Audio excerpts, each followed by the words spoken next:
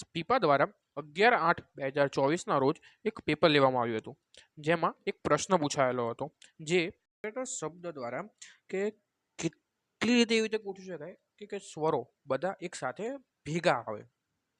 તો આપણે આજે જે પ્રશ્નનો ઉકેલ લાવશું, આન્સર લાવશું, કેવી રીતે આપણે તેને સોલ્વ કરી શકાય.